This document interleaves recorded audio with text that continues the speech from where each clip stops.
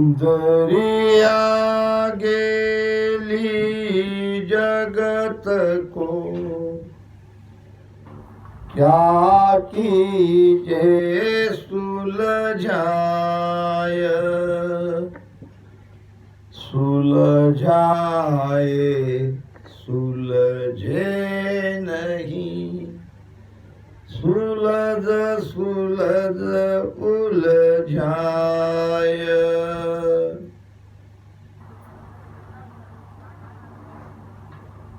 दाता दरियाजी महाराज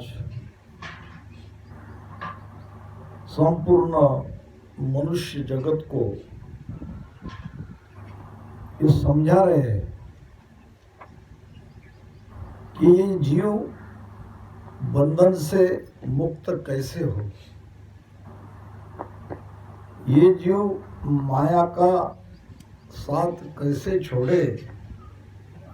इसके लिए संतों ने तरह तरह से ज्ञान देकर समझाने का प्रयास किया। अब कुछ तो शरण में भी आ गए, भजन सुमिरन भी करने लगे, फिर भी संसार से मोह नहीं टूटा, विषयों की चाहना नहीं मिटी। तब संतों को ऐसे वचन कहने पड़े और उनको थोड़ा करड़ापना लाना पड़ा। ये हमारे लिए ये, और तो जो भक्ति में है ही नहीं उनके लिए कोई विशेष बात नहीं। आए तो आओ, मत आओ तो मत आओ, मर्जी आपकी। कहत कबीर मैं कहता फिरूं, तुम नहीं सुनते तो मैं क्या करूं। मगर जो सुलझे हुए हैं, जिनको ज्ञान की समझ है, वो भी जब ध्यान में उतरते नहीं, तब संतों के वचन उनके मुख से ऐसे निकल ही जाते हैं। एक तो पहली बात कहा है, संसार के लिए दरिया गेली जगत को क्या कीजिए सुलझाए। वो तो नहीं आ पा रहा है, आप क्या करें उसके लिए, उनके कर्म ही ऐसे है। समझाए समझे नहीं, सुलझ सुलझ उलझाए। कुछ उसमें से सुलझ कर भी और उलझ जाते हैं और माया में लग जाते हैं, तो संतों को बड़ा दुख होता है। ये सतगुरु समरथ आय, ज्ञान की कसर न राखे, आद अंत की बात ताई ले, भिन्न भिन्न भाके, शीस बुझे सौ बार, झलक ऊणो नहीं होए, धीरज सुदे ज्ञान, भरम शिष का सब खोवे, के उलझे को सुलझाय दे, ये सतगुरु ये नाम, बाकी का सुख राम के, कन फूकारा जान। कान फूकने वाले और सदगुरु में बहुत अंतर है। गुरु सदगुरु बहु अंतरो भाई, और जे समझा जारी दिन न कमाई, बहुत अंतर है। काना माई कुर, तू चेला मैं गुर, टक्का पैसा धर, डूब चाहे मर। कान फूकने वाले से जीव का कल्याण नहीं होगा, उसके लिए चाहिए समर्थ सदगुरु। और समर्थ सदगुरु की पहचान क्या है? सदगुरु समर्थ आए, ज्ञान की कसर न रखे। वो ज्ञान देने में कोई कसर नहीं रखते हैं, क्यों? ज्ञान से ही भरम जाता है, ज्ञान की ही चोट लगती है।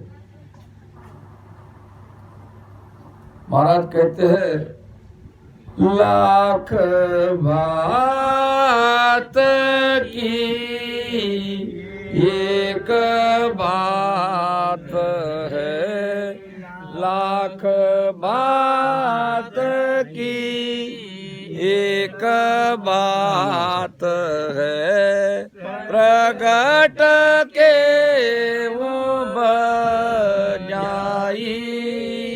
में, प्रगट के वो बजाई में, सतगुरा जिसु माना दूजन लागे, सतगुरा जिसु माना दूजन लागो, जब बनसी घट माई में, जब बनसी घट माई।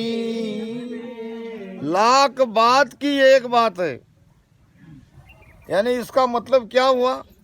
लाख बात की एक बात का मतलब, लाख बात की एक बात का मतलब है संसार की लाखों बातें मानो या मत मानो, आपकी मर्जी, मगर लाख बात की एक बात मैं कहे जा रहा हूं, जीव के अंदर सत्ता पैसे प्रकट होती है तो सतगुरा शीशु मन धूजन लागे। अब सदगुरु से मन कैसे धूजता है? अब ये धुजाने वाले सदगुरु कौन है? क्या शरीरधारी सदगुरु शिष्य को धुजाता है, उसको डराता है? ऐसा तो हो ही नहीं सकता। वो तो प्रेम करते हैं, वो तो ज्ञान देते हैं, वो तो भ्रम को दूर करते हैं। फिर ये सदगुरु कौन सा है? सदगुरु जीसु मन धूजन लागो जब बंसी घटमाई। ये सदगुरु है ज्ञान रूपी सदगुरु, महापुरुष के वचन, ये वाणी। यहाँ जो जो लिखा है वो अगर समझ में आ जाए और फिर मन उस ज्ञान को धारण कर ले, ज्ञान सुनेगा, समझेगा, फिर सोचेगा, तभी तो डरेगा। यहाँ सारी बातें आदि से अंत तक की लिखी है जीव के लिए, कि जीव कहाँ था, जीव संसार में क्यों आया, संसार में आके कैसे उलझा, किसका शासन चल रहा है, काल कौन है, कर्म क्या है, ये सारी बातें इसमें लिखी है। फिर जब आप सत्संग में सुनते सुनते ज्ञान सुनते हैं, ज्ञान को समझते हैं, तब हमें समझ में आता है कि भाई कर्म नहीं करना चाहिए, कर्म से डरना चाहिए। अगर भजन नहीं किए तो क्या होगा, इसका डर समझ में आता है। अगर हम काल के बाहर नहीं निकलेंगे तो दोबारा इसी तीन लोक में भटकते फिरेंगे, इसका डर हमें सत्संग में ही तो ज्ञान के द्वारा मिलता है। तो जब ज्ञान सुनते सुनते हम उस ज्ञान को अपने भीतर उतारते हैं, उसको समझते हैं, फिर उसको यानी डरते हैं कि ये नहीं करेंगे तो ये होगा, वो नहीं करेंगे तो वो होगा। सारी बातें जब ये स्थिति स्पष्ट हो जाती है, डर से ही तो भजन होगा। अगर डर नहीं है तो भजन नहीं कर सकते। हरि डर, गुरु डर, जगत डर, डर करनी का सार, डर ही सारी करनी का सार है। डरना पड़ेगा, जगत से डरना पड़ेगा, परमात्मा से डरना पड़ेगा, गुरु से डरना पड़ेगा, ज्ञान से डरना पड़ेगा। डर करनी का सार, यानी डर से ही भक्ति होती है। दादू रज्जब सोई उबर्या गाफल खावे मार। उबर्या नाम भवसागर से पार हुआ। डर रख के जिसने भजन किया वो इस भवसागर से पार हो गए। और जिनके अंदर कोई डर नहीं है, देखेंगे जब के तब अभी क्या है, किसने देखा, ये बातें कैसी है? ये निर्भयता की है, मगर अभी निर्भय दिखाने से काल नहीं छोड़ेगा उसको।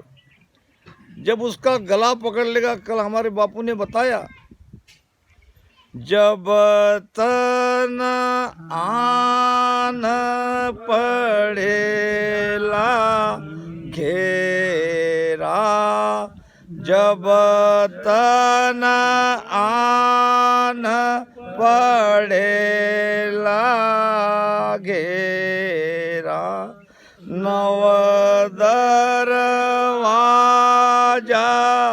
जमका डेरा, नव दरवाजा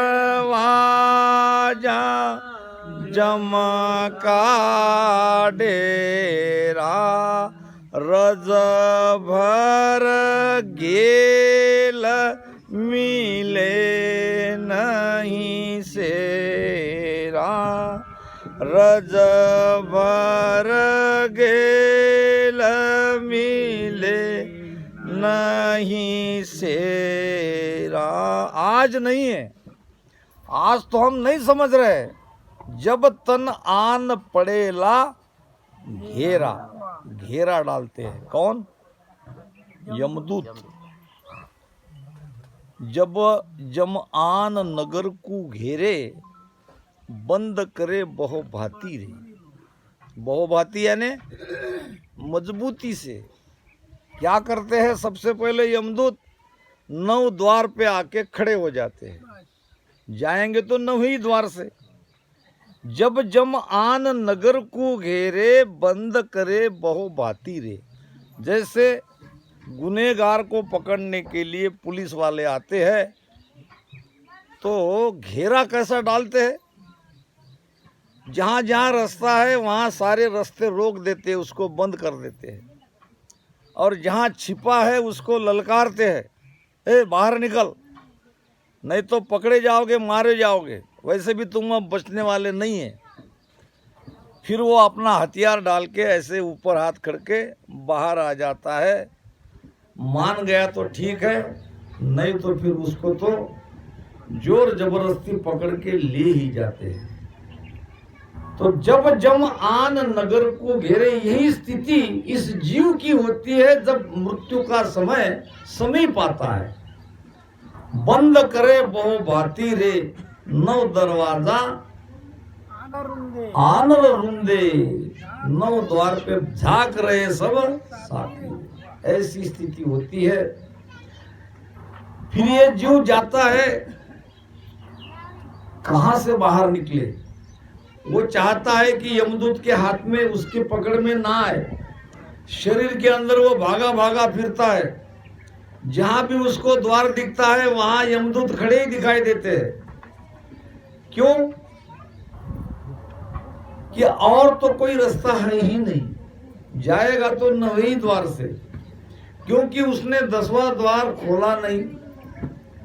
10वें द्वार में कैसे उसको खोल के बाहर जाया जा सकता है? उसकी भक्ति की नहीं। केवल एक 10वां द्वार ऐसा है जहां जमदूत नहीं आते। वहां तो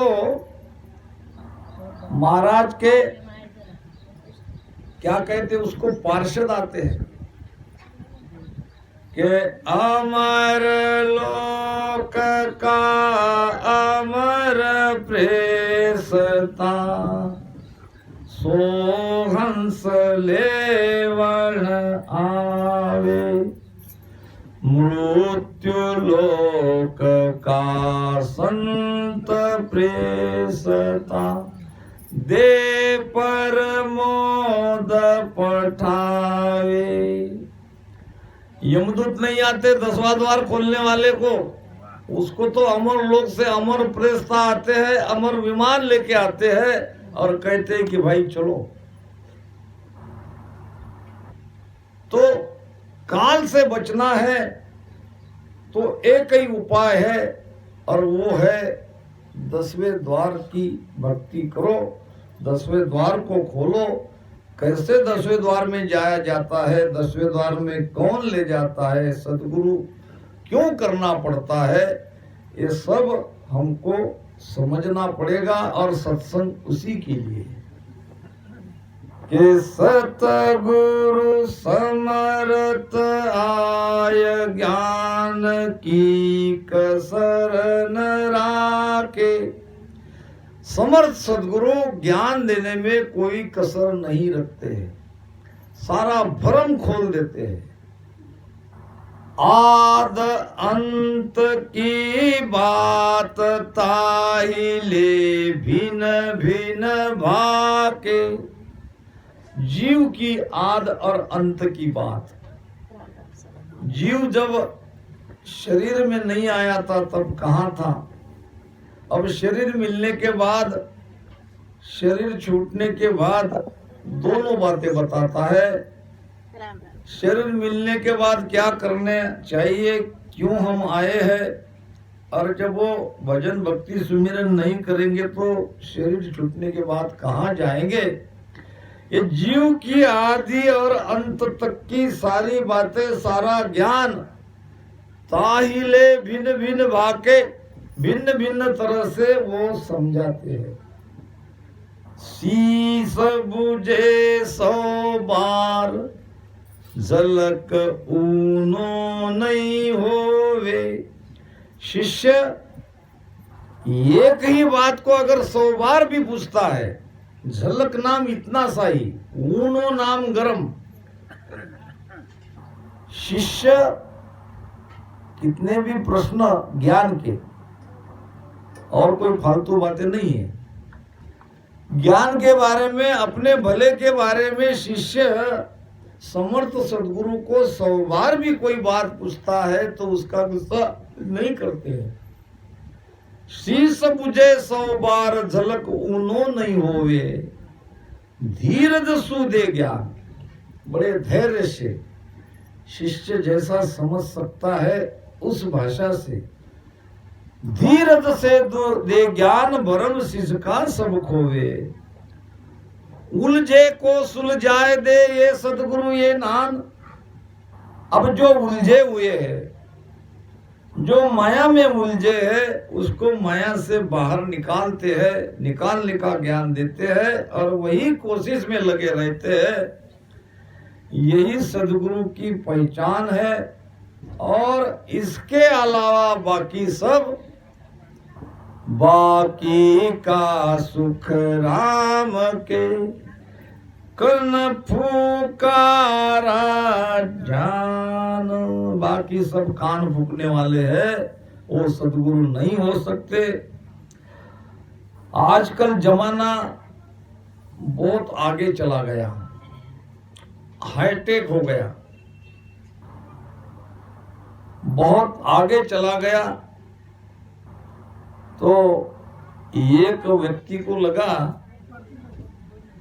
कि सारा जमाना बदल गया है तो भक्ति में हम पीछे क्यों रहे। भक्ति भी तो, उसमें भी बदल होना चाहिए। और उन्होंने मान लिया कि ये क्या सांसों सांस में राम राम करो, फिर कंठ स्थान, फिर हृदय स्थान, फिर मध्य स्थान, कितना समय लगेगा और कितना भजन करेंगे। तो भक्ति में भी कोई न कोई सुधार हुई होगी, आधुनिकता आई होगी। ये मान के झटपट मोक्ष मिलने की उपाय के, ऐसे उपाय बताने वाले गुरु के खोज में निकल गया। गुरु ढूंढता, कहता महाराज मुझे अभी क्या अभी मोक्ष चाहिए, क्या तुम दे सकते हो। अब गुरु बेचारा कहता अभी कभी तो मेरे हाथ में नहीं है, मैं जैसा कहता हूँ वैसा करके देखो, मिला तो ठीक है, और तुम तो वही पुराना फार्मूला बताओगे, बैठो राम राम करो, फिर बहुत समय लगेगा, फिर सत्संग करते रहो, ये छोड़ो वो छोड़ो। नहीं, इससे काम नहीं होने वाला, मुझे तो झटपट काम चाहिए, झटपट मोक्ष चाहिए। अब ऐसे झटपट मोक्ष प्राप्ति के लिए वैसे गुरु भी मिल जाते हैं। एक जगह गया, ढूंढते ढूंढते ढूंढते कई संतों को खोज किया, मन माफिक संत नहीं मिला। एक जगह गया, कहने लगा महाराज मुझे झटपट मोक्ष चाहिए। अब उसने कहा अभी के अभी यही। अरे बाप रे, ये महात्मा है काम के। धन्य हो महात्मा, मैं आपके जैसे महात्मा को ही खोज रहा था और आप में वो पावर है। आप कहते हो कि अभी के अभी मोक्ष। ठीक है, बताओ क्या करूं? दो नामदान दो, मंत्र दो। मैं न नामदान दूंगा न मंत्र दूंगा, झटपट मोक्ष का मार्ग बताऊंगा। बोलो मंजूर? मंजूर। तो क्या करो है मैं बताता हूं। अब यहां से जाओ घर, पैदल जमाना था, और नारियल या ताड़ के पेड़ से भी ऊंचा पेड़ का अगर दिखता है उस पेड़ पे चढ़ जाओ बिना सोचे समझे। अच्छा, फिर वहां से नीचे एकदम कूद जाओ, कूदते ही तुम्हारा मोक्ष। वो कहने लगा ये मरने की बात बता रहा है कि मोक्ष के बात बता रहा है? मोक्ष और मृत्यु लगभग समान ही है, याद रखना। एक संत के पास एक विचारवान व्यक्ति आया, कहने लगा महाराज मृत्यु और मोक्ष में क्या अंतर है? उसने कहा लगभग दोनों ऊपर ऊपर तो समान है, मगर मृत्यु उसे कहते हैं शरीर से श्वासा निकल जाती है मगर उसके अंदर वासना जो की त्यों रहती है, ये है मृत्यु। और मोक्ष, मोक्ष में भी शरीर से श्वासा का संबंध खत्म हो ही जाता है मगर कोई वासना नहीं रहती है, वो आनंद से, वो सस्वरूप आनंद पद में चला जाता है, वो है मोक्ष। दोनों में मरणासन्न स्थिति तो है ही है। जीवत मरिए भवजल तरिए, हम कहते हैं ना, महाराज भी कहते हैं जीवत मोक बिलाया हो, कर्म खोद सब बाया हो, रूपन चूपन काया हो, ओ मुत देश बताया हो। यहाँ भी जीते जी मरना ही पड़ता है मगर ये मृत्यु आने के पहले मर जाना पड़ता है, उसे कहते हैं मोक्ष। बहुत अच्छी दृष्टांत में दृष्टांत एक बात याद आ गई, कह देता हूँ। एक कोई संत थे और गृहस्थी थे,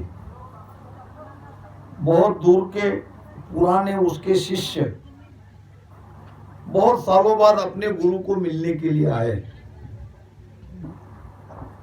बाहर में गुरु माता थी,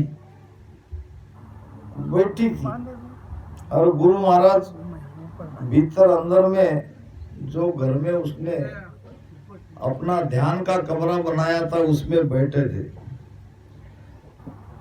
अब वो आए हुए शिष्यों ने अपनी गुरु माता को नहीं पहचाना, यार बहुत साल बाद देखा होगा। उन्होंने कहा माता जी गुरु महाराज को मिलना है, कहाँ है बता सकती हो? माता ने कहा मुझे ये बताओ पहले कि तुम कौन हो और क्यों मिलना चाहते हो? तो उन्होंने अपना परिचय बताया। जब पूछा कि क्यों मिलना चाहते हैं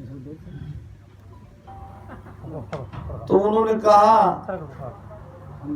हमारे गुरुदेव है, कई साल पहले उनको हमने गुरु बनाया था, अब दोबारा उनका मिलना नहीं हुआ, अब उनको मिलना चाहते, उनसे कुछ ज्ञान की बातें सुनना चाहते हैं, क्योंकि गुरु है, गुरु तो कुछ न कुछ कहेगा और वो लेके जाना चाहते। माता जी ने कहा कोई फायदा नहीं, वो कुछ बोलते ही नहीं, लगभग गूंगे हो गए। गूंगे हो गए, कब से हो गए हमें तो पता नहीं। अच्छा ठीक है, हम जाके केवल उनके दर्शन कर लेंगे। हमारे तरफ उसने एक नजर भी डाल दी तो भी काफी है। अमीर खुसरो हजरत निजामुद्दीन के शिष्य थे और उनके एक प्रसिद्ध वचन है कि जब गुरु से नजरा नजर हो गई, गुरु ने शिष्य की तरफ एक प्रेम पूर्वक नजर डाली, तो उन्होंने किया कि छाप तिलक सब तज दीनी रे, मुझसे नैना मिला के। गुरु की एक नजर ही काफी है शिष्य के लिए। तो माता ने कहा वो देखते भी नहीं, बोलते भी नहीं, देखते भी नहीं, फिर जाके मिलके क्या करोगे। शिष्य कहने लगे ठीक है, ना बोले तो चलेगा, ना देखे तो चलेगा, हम राम राम करेंगे, हम कुछ बोलेंगे, इशारों में कह देंगे जो कुछ हमारी शंका है। तो माता जी ने कहा वो सुनते भी नहीं, जब देखते नहीं, सुनते नहीं, बोलते नहीं, ऐसे मुर्दा से मिलके क्या करोगे, आओ चले जाओ वापस। मगर वो भी पक्के थे, चाहे कुछ भी हो, इतने दूर से हम आए, गुरु के दर्शन लिए बिना नहीं जाएंगे। थोड़ा इधर उधर उस माता जी का ख्याल चला गया और चले गए घर में। देखा तो गुरु महाराज बैठे हैं, आते ही अपने शिष्यों का बहुत प्रेम से अभिवादन स्वीकार किया, राम राम किया। ये सोचने पड़ गए, अभी जो माता जी थी ये तो कह रही थी गुरु महाराज बोलते नहीं, यहाँ तो राम राम कर रहे हैं, यहाँ तो बिल्कुल प्रेम से गुरु महाराज खड़े हैं। वहां देखा तो वो माता जी भी वहीं पास में खड़ी थी। गुरुदेव ये माता जी कौन है? अरे ये तो गुरु माता है। फिर ये तो हमको बाहर में कुछ कुछ कह रही थी। क्या कह रही थी? वो कहती थी कि तुम बोलते नहीं, तुम देखते नहीं, तुम सुनते नहीं, यहाँ तो सब ठीक ठाक मामला है। माता जी ने कहा देखो आज 40 साल हो गए इनके साथ, इनकी पत्नी बन के मैं आई हूँ। अब पिछले 10-12 साल से ऐसी एक ही जगह बैठ के रहते हैं, तो मैं कुछ कहती हूँ तो सुनते नहीं, मेरी तरफ देखते नहीं, मुझे कुछ कहते नहीं। अब मैं क्या कहूँ? जब वो सुनते नहीं, देखते नहीं, कहते नहीं, बोलते नहीं, तो मुझे लगा कि तुम्हारे साथ भी ऐसे ही होगा।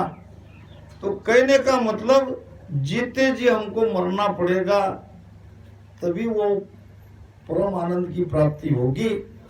जीते जी संसार से वैराग आना चाहिए। तो झटपट मोक्ष मिलाने वाला जब ऐसे ही झटपट मोक्ष की प्राप्ति कराने वाले गुरु के पास गया, तो उसने कहा ऊंचे से ऊंचे पेड़ पे चढ़ जाओ और वहां से कूद जाओ, कूदते ही तुम्हारा मोक्ष। अब ये चढ़ने को तो चढ़ गया, बड़ा ऊंचा पेड़ था। जब देखा तो बहुत ऊंचा ऊपर चढ़ा हुआ था और वहां से नीचे कूदने की हिम्मत नहीं जुटा पाया। और वहां वो सोचने लगा कि कूदे कि ना कूदे, कूदे कि ना कूदे। अगर मान लो कूद गया और मोक्ष नहीं हुआ, हाथ पैर टूट गए, चलो हाथ पैर टूट गए तो हो जाएंगे आगे पीछे, मर गए तो क्या मोक्ष? जरूर कुछ गड़बड़ है। शंका आने लगी गुरु के प्रति। अब इतने में वो वहीं पेड़ पे बैठ के इंतजार करता रहा, सोच रहा क्या करे क्या नहीं। एक चोर और उसके पीछे 4-5 पुलिस वाले, चोर आगे आगे, पुलिस वाले पीछे पीछे। चोर के पास सी एक चुराए हुए धन की गठड़ी। अब वो गठड़ी ऐसे कंधे पे बांध के जो भाग रहा था और सिपाही भी उसके पीछे भाग रहे थे। अब वो चोर भागता भी कितनी देर, चोर को लगा अब मुश्किल है, अब थोड़ा सा छिपना चाहिए, नहीं तो भागने की भी अब शक्ति नहीं रही। छिपने के लिए उसने इधर उधर देखा, उसको पेड़ दिखा एक। अब चोर बिना कुछ सोचे समझे जान बचाने की डर से उसी पेड़ पे चढ़ गया। देखा तो पहले एक व्यक्ति और बैठा है। अब पुलिस वाले तो पास आ ही रहे थे। तो चोर ने कहा उसको, भैया तुम कौन हो और तुम यहाँ क्यों बैठे हो, क्यों चढ़े हो ऊपर? उसने कहा क्या बताऊं भाई, ये गुरु के पास गया झटपट मोक्ष मिलाने के लिए, उसको पूछा तो उसने कहा कि पेड़ पे चढ़ जाओ और यहाँ से कूदो। फिर कूदो। कैसे कूदू? हाथ पैर टूट गए, जान चली गई, क्या करूं मोक्ष? तो सच बताओ, ये तुम्हें किसी संत ने कहा है? हाँ, संत ने कहा है। तो ऐसा करो, मैं चोर हूं और मैंने ये काफी धन चुराया है, कम से कम तुमको जिंदगी भर कोई काम करने की आवश्यकता नहीं, इतना पर्याप्त मात्रा में धन मेरे पास है, ये गठड़ी तुम ले लो और तुम्हारा गुरु मंत्र मुझे दे दो। उसको कहा बिल्कुल बरोबर, ले लो, मुझे तो कूदना ही नहीं है, अगर कूदना होता तो मैं कब से कूद जाता। बिना कुछ कूदे, बिना हाथ पैर तोड़ाए अगर धन मिल रहा है तो कौन नहीं लेगा। अब उसने गठड़ी ले ली। अब चोर नीचे कूद गया बिना सोचे समझे। जैसे ही कूदा, पुलिस वाले आ गए और पकड़ने लगे। चलो, कब से तुम दौड़ा रहे हो हमें, अभी मिले हो, चलो थाने। चोर होशियार था, कहने लगा महाराज आपने गलत आदमी को पकड़ा है, मैं चोर नहीं हूं। अरे तुम ही हो, तुम्हारे पीछे हम भाग रहे थे, तो कहां है मेरे पास मुद्दे माल, क्या सबूत है मैं चोर हूं?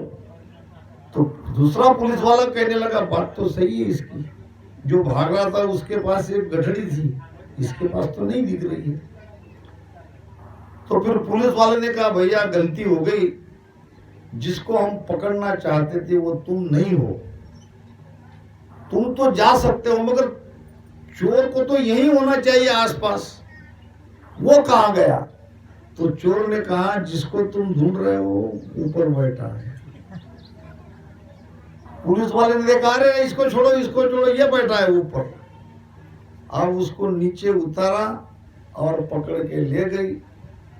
कहने का मतलब गुरु उद्धार जब ही करते हैं जब शिष्य पूरी तरह से उसके ज्ञान को धारण करता है। तो महाराज सदगुरु